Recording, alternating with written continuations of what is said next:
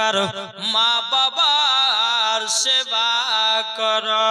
আমার আল্লাহ পাক আল্লাহ তাআলা বলছো, আমার বান্দা বান্দিরা, তোমাদের বাপ মা হলো এক কিসিমের রব। এই সোনা মানিকেরও, ও আমার আব্বাজি মুসলমান ভাইরা, আপনাদেরকে বলতে চাই, যারা মা বাবাকে দুঃখ কষ্ট দেবে, যারা মা বাবাকে আপনার দুঃখ দেবে, আল্লাহ পাক আল্লাহ তাআলা বলতেছে, আমি তাদের নামাজ রোজা হজ যাকাত কোন জিনিস কবুল করব না।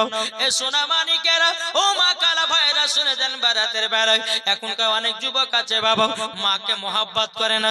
এখন অনেক যুবক আছে মার কথা মতো চলে না। এখন অনেক যুবক আছে বাবাজি, মা বাবাকে ধরে ধরে এখনো মারে। কিন্তু বেরাদর ইসলাম মুআদ্দাস মানিকরাও, আমার আল্লাহ পাক আল্লাহ তাআলা বলতেছো, গো আমার উম্মত, ও গো আমার বান্দা বান্দিরাও, তোমরা যদি বাপ মার সেবা কর, অন্ধকার কবরে যাও, আমার আল্লাহ বলতেছে, মরার পরে জান্নাতি জান্নাতি। জোর বলেন না সুবহানাল্লাহ। মা দুয়াতে বড় লোক হওয়া যায় কি যায় না? কি গো, মা বাবার দোয়াতে বড় লোক হওয়া যায় না? যায় না? ইনশাআল্লাহ যায়। জোরে বলো সুবহানাল্লাহ।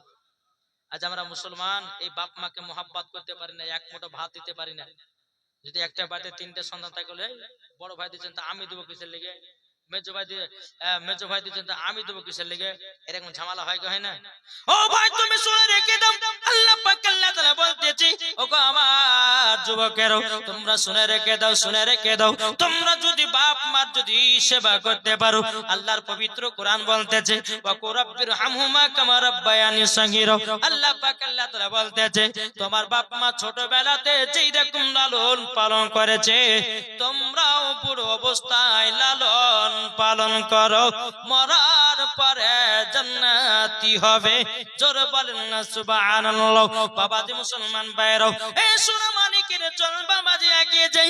একদিন আমার নবী মুস্তাফা সাল্লাল্লাহু তাআলা আলাইহি সাল্লাম বাবাজি রাস্তা দিয়ে আপনার টুকটুক করে নবী সাহাবীদেরকে নিয়ে যাচ্ছে, যাবো একটা কবরে বাবাজি আযাব চলতে আছে।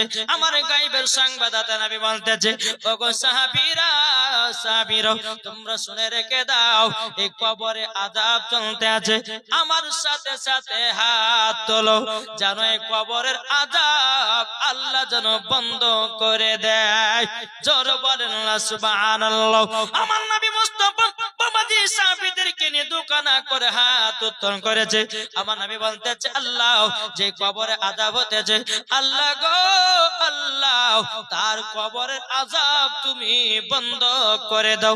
আমার আল্লাহ বলছেন, নবী গো, আজকে আপনার হাতে দোয়া আমি কবুল করব না। আমার নবীজি বলতেছে, বলো আল্লাহ, আমি যখনই দোয়া কবুল করেছি, দোয়া করেছি, আল্লাহ গো আপনি কারেন্টের মতো দোয়াকে কবুল করে নিয়েছেন। ওগো রব্বুল আলামিন, আমার হাতে দোয়া কেন কবুল হবে না? আল্লাহ বলতেছে, বলো গো নবীজি, যার জন্য আপনি দোকানে হাত তুলেছেন, ওগো নবীজি, ওই সন্তানটা তার বাপ মাকে দুঃখ কষ্ট দিয়েছে, তারই জন্য তার কবরের আযাব বন্ধ হবে না। তিনার মা যতক্ষণ ক্ষমা না করবে।